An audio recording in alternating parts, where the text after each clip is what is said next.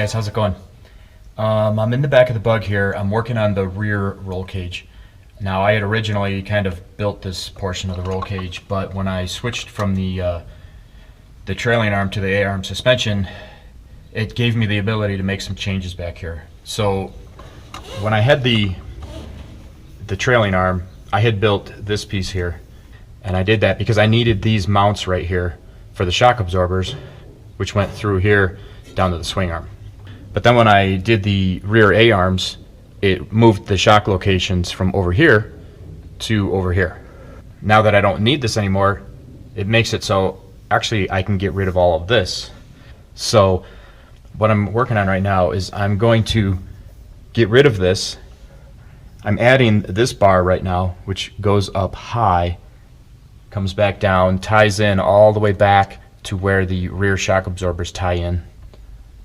And then I'm installing this upper brace, which will give me some protection over the top and help tie these in.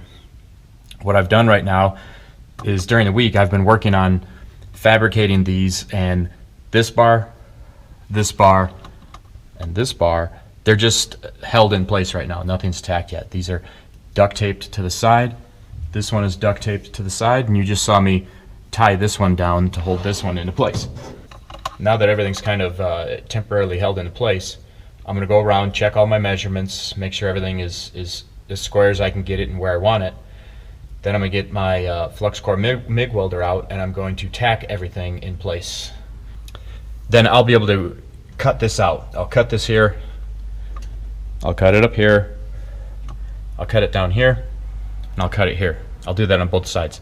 Then I'll be able to take this out. I don't want to take this out until I have the new bars stitched in place, because this might actually be doing more support than I know of. So I don't want to cut this first, let things possibly tweak out of alignment a little bit, and then put this in.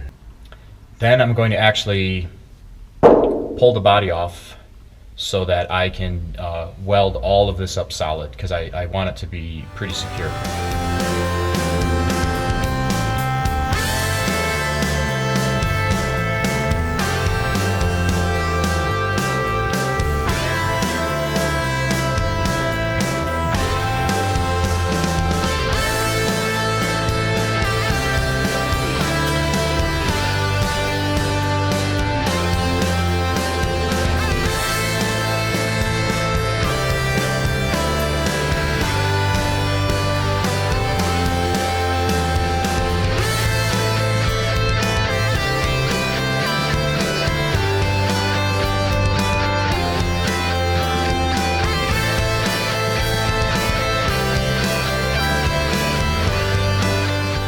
Those changes that I just made to the roll cage and being able to get those crossbars out of the windows so I can actually go through the windows now, that was the last step.